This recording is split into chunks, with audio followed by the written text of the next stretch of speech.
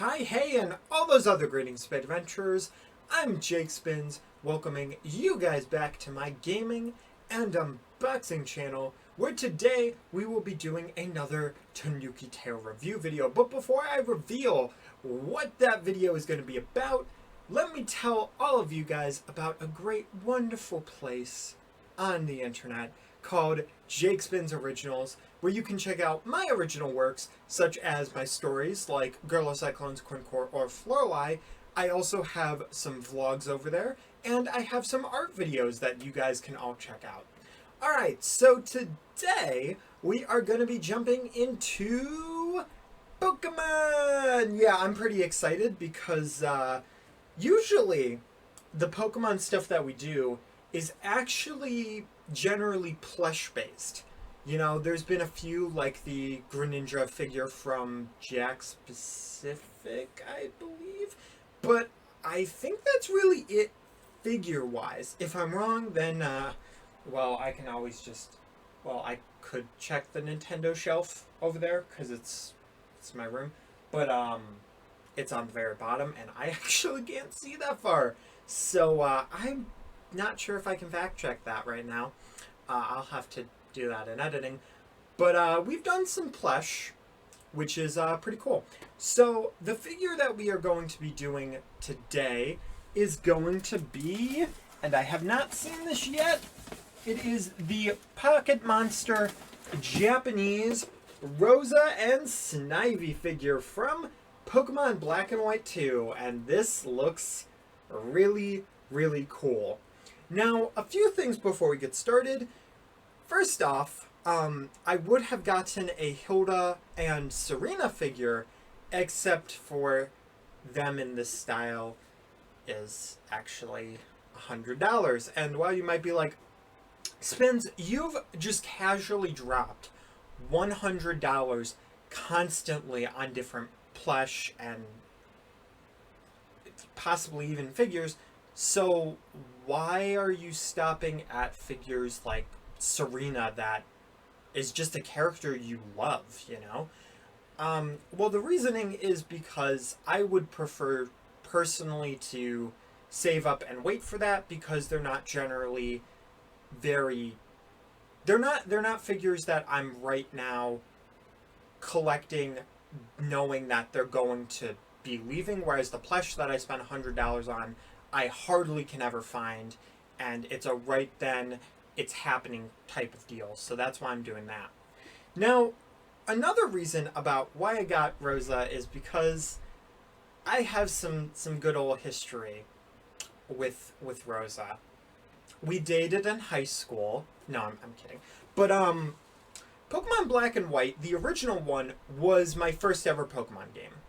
As you guys may know, Smash Brothers in general, specifically Melee, introduced me to so many great IPs. Heck, I only knew about Mario by that point, and had only played really just Mario Sunshine and a few other Mario games here and there, like Luigi's Mansion.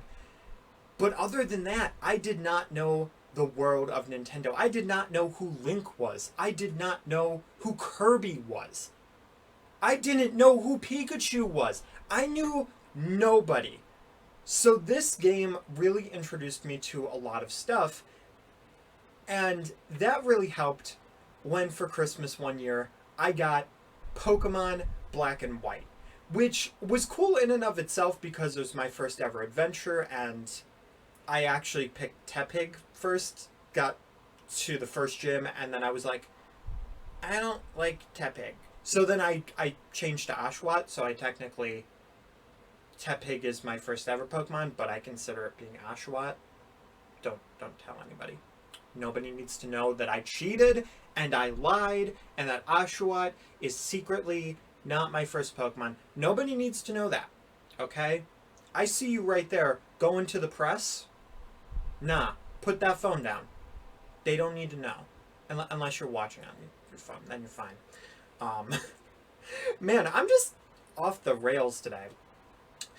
But the cool thing about Pokemon Black and White is that it's actually based on America. I believe New York City specifically.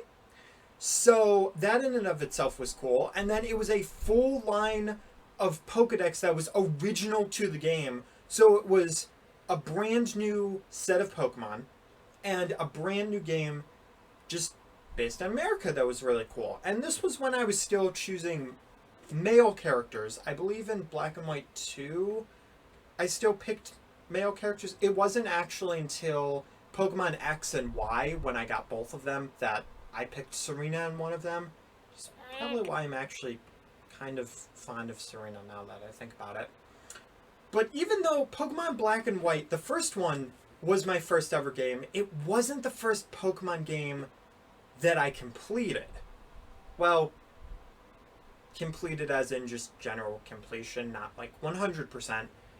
The first game I actually completed in the Pokemon series was Pokemon Black and White 2. The reasoning was because the one day when we were driving to my grandma's, I just decided, you know what, I'm going to play Pokemon Black and White 2 just because I feel like it, and I just had an itch to play it.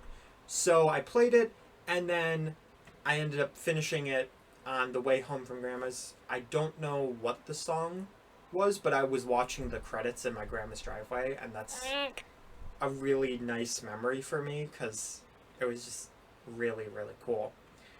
So that being said, because Rosa was in the first game I ever completed for Pokemon, she holds a special heart in, she holds a special place in my heart. Looking at her, she is one of the older characters inside of Pokemon. Usually they are around the age of 10 or 12. However, in Black and White and Black and White 2, these guys were actually a little bit older, portrayed to be more 13 or 14, as you guys can see in the design.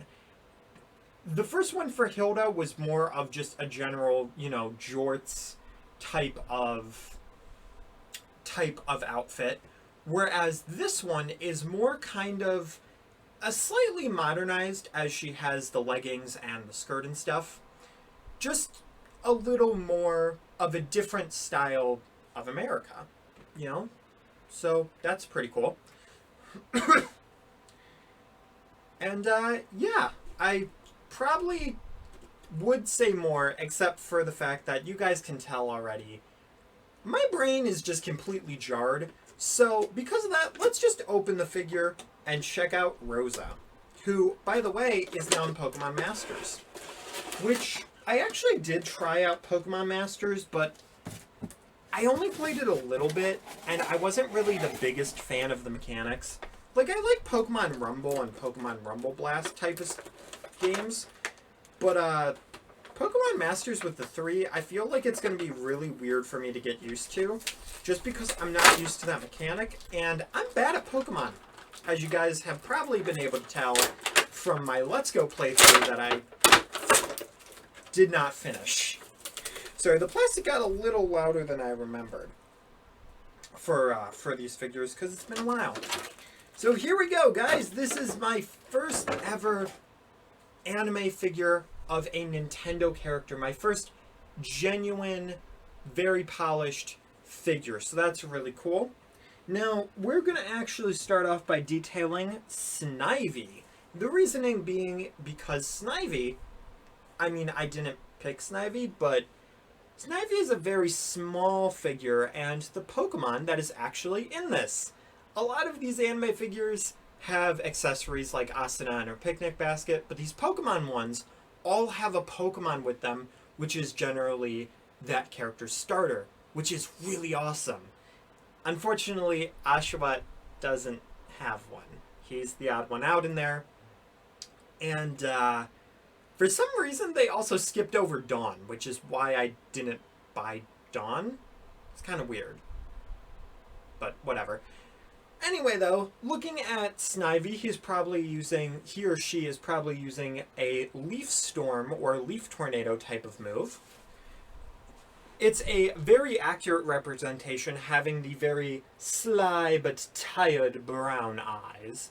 Looking at that, that's pretty nice. Kind of looks like a little bit of a torpedo, which maybe that's why they didn't do Oshawott, because Snivy was already torpedoing. you never know. And now I'm looking at it, the feet are actually there, and Snivy is running. So Snivy is doing a nice little sprint on the grassy plains of Leaf Tornado, I guess. All in all, though, it's not too hard to get all the details correct inside of a Pokemon figure, just for the sure fact that, I mean, it is a Pokemon and they don't have a lot of details, despite being very cool and very popular. One of the main reasons for the fact that a lot of the general Pokemon don't have this is so that once it goes from game to game, they can very easily do new models and stuff like that, which is why in TV shows, when you look at hand-drawn ones, they don't have as much detail because they wanted to make it where it was easy to draw those characters multiple times, because if they had way too much detail, then it would be way too ridiculous to draw, which makes me question how Spider-Man works for the drawing. I'm all over the place, I'm sorry. Alright, but that was Snivy, so let's look at my girl Rosa. Originally, I wasn't the biggest fan of Rosa. It wasn't that I just didn't like her, but her design has really grown on me, and I just really like it. She's a lot more sleek, and wait a minute, she has pocket? No, she has a pocket on her skirt. Is that an accident, or... And I just realized I was just showing Rosa's butt to you guys. I'm sorry, that did not occur to me until I actually looked at the camera, and I was like, oh, that's not good. That's a bad thing. Oh, and unfortunately the box that it came in got stuck in the box that it came in. The packing box. This got stuck in the packing box. But I wanted to use this to cover the focus of my face so that we can look at her a lot better. Fortunately, my hand is stupidly shaky. But she's got a nice... Oh my god. Spins. The whole left and right thing confuses me. Alright, but she's got a nice pose as she's about to throw a Pokeball, like... Oh, I did that wrong. There we go, that's better. Good thing I didn't fling it across the room, because that would have sucked. The actual Pokeball in her hand is very tiny, so she definitely hasn't activated it yet, or they just made it that small just to make sure it could fit in her hand. The details are all really nice and correct, even though the coloring is a bit off because of the lighting in my room.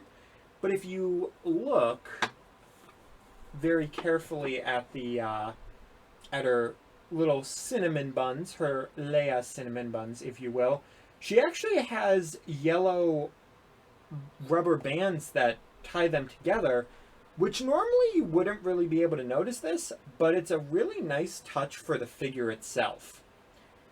Taking a risk at spinning this around, you do actually have the hair flowing very, very nicely, which that's actually kind of a cool camera angle. You've got the little divot inside of the bun on the hair, as well as the visor looking very, very sleek. Going to the back, you do have the back of the visor, as well as a nice little bow on her shirt. Yeah, I'm not sure why this is a specific detail that they made, since there's not really a bow that's shown off at her front, but there is a nice little bow on the back for some bizarre reason. She also does have a black watch, which I've also never noticed. Alright, I'm going to put this down just because it's kind of hard to look at for me and be able to detail. It's easier to commentate because I don't see my face on the face cam. And apparently, I'm feeling self-conscious recently. But anyway, though, going back to the figure, you have the leggings that look very nice as well. They are that right type of gray color. They're not exactly black. For some reason, the yoga pants, they just aren't extraordinarily black. They're usually more of a dark gray. And then going lower towards the shoes, she has this pink thick sock type of thing. I'm not sure exactly what that's supposed to be because honestly she does not need any sock warmers or feet warmers. Definitely not sock warmers. But she does not need any more Yeah, she doesn't need feet warmers because I'm telling ya, in that getup she's got to be kind of warm. Going to the actual shoes, they made a nice detail at making little shoelaces and... Sorry, my hand was kind of blocking. But they're actually loose on the shoe, which is pretty neat. And another detail I noticed, you guys might not be able to tell on here, but the sole of the shoe is actually... It actually has details on there. I'm taking away just because... You really couldn't see it. Alright, and just looking at the back, it does look like for some reason they gave her like bra straps, like pink bra straps under the shirt. I'm guessing that's supposed to be the bow, but it goes like tucked into the shirt, which is kind of interesting of a design choice when you really think about it. But at the same time, her skirt actually does not line up with her shirt, as there's a little bit of a space in there, which is actually very accurate to the original art as well. And I just realized, looking at this figure, there's a lot of pastel inside of Rosa's outfit, with the pastel type of pink, the pastel blue, the nice pastel yellow skirt, which I think the reason why they made these yellow on the bun is just to kind of like tie it together and add some more yellow that generally isn't there. So let's go more to the face really quick. So her facial expression is very, very Pokemon-esque. She's got blue color eyes? Yeah, blue color eyes, and they're actually very pretty. And she has some anime angry eyebrows. Try saying that 5 times fast. Seriously, though. But, yeah, this is a very nice looking figure, and I'm very glad that it's actually put with Snivy. I'm going to really quickly show the bottom of the stand really quick. And,